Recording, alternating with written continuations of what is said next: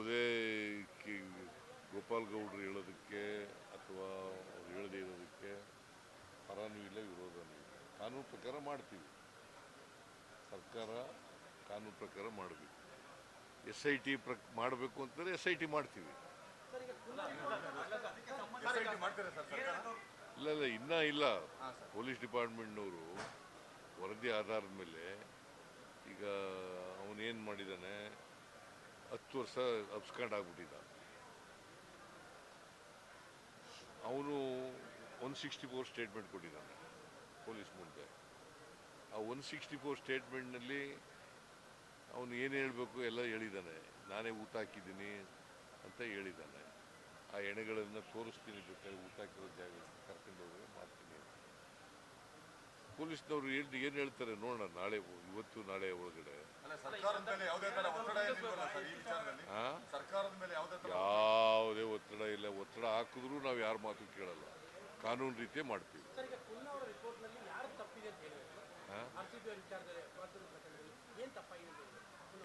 ಯಾರು ಯಾರು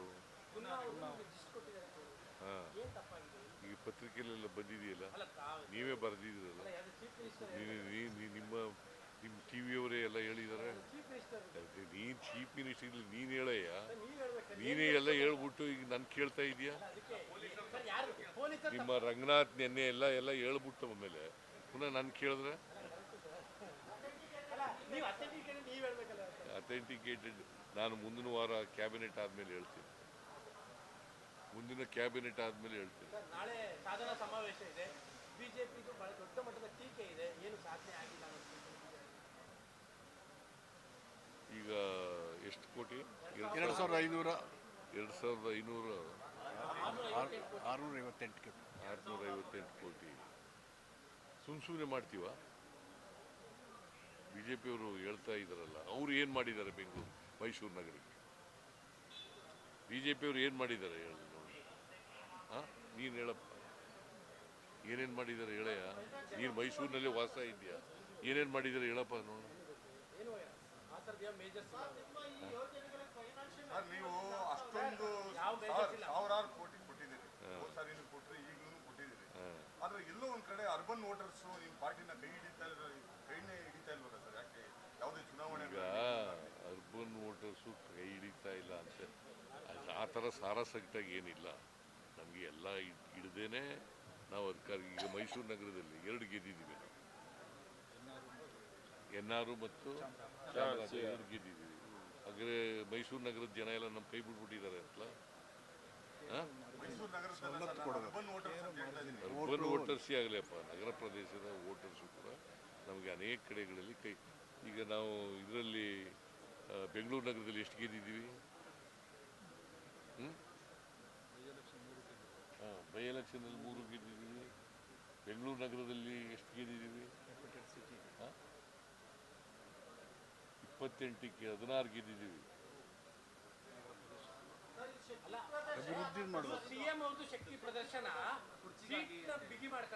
ಯಾರ ಶಕ್ತಿ ಪ್ರದರ್ಶನವೂ ಅಲ್ಲ. ಪಾರ್ಟಿ ಮಾಡಿರ್ತಕ್ಕಂಥ ಕೆಲಸಗಳನ್ನು ಜನರ ಮುಂದೆ ಇಡ್ತಕ್ಕಂಥ ಪ್ರಯತ್ನ, ಇದು ಜನರಿಗೆ ತಿಳಿಸ್ತಕ್ಕಂಥ ಪ್ರಯತ್ನ. ಯಾಕಂತಂದರೆ ಸುಳ್ಳು ಅಪಪ್ರಚಾರ ಮಾಡ್ತಾ ಇದ್ದಾರೆ ಬಿಜೆಪಿ. ಏನು ಮಾಡ್ತಾ ಇಲ್ಲ ಸರ್ಕಾರ. ಗ್ಯಾರಂಟಿ ಯೋಜನೆಗಳನ್ನು ದುಡ್ಡಿಲ್ಲ, ಸರ್ಕಾರದಲ್ಲಿ ದುಡ್ಡಿಲ್ಲ ಅಂತ ಹೇಳ್ತಾ ಇದ್ದಾರೆ. ದುಡ್ಡಿಲ್ಲದೆ ಹೋಗಿದ್ರೆ 2600 ಕೋಟಿ ಮಾಡೋಕ್ಕಾಗತ್ತಾ? ಬರೀ ಒಂದು ಸಿಟಿಗೆ ರೂರಲ್ ಸೇರಿ ಒಟ್ಟು 5000 ಕೋಟಿ.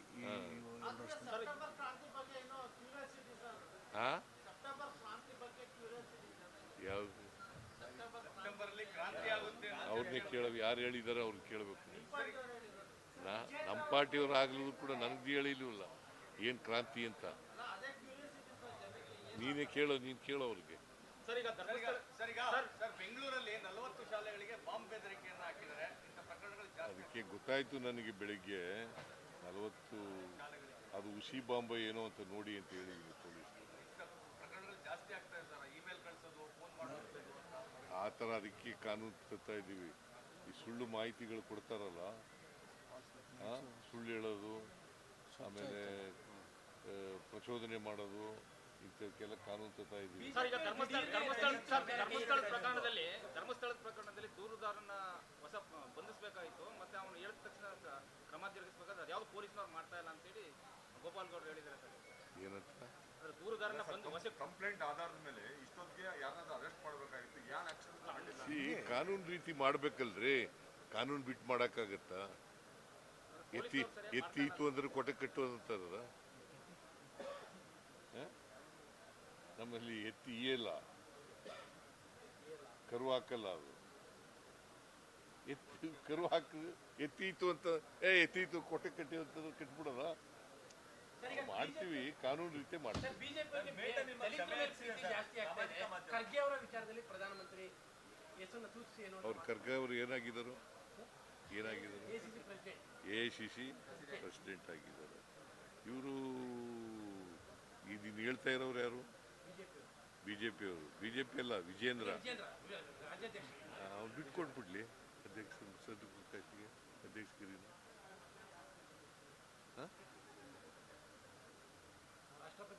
ಈಗ ಪ್ರಧಾನಮಂತ್ರಿ ಇದಾರಲ್ಲಪ್ಪ, ಅದನ್ನ ಸೆಳುಕಾಶ ಕೊಡ್ಲಿ.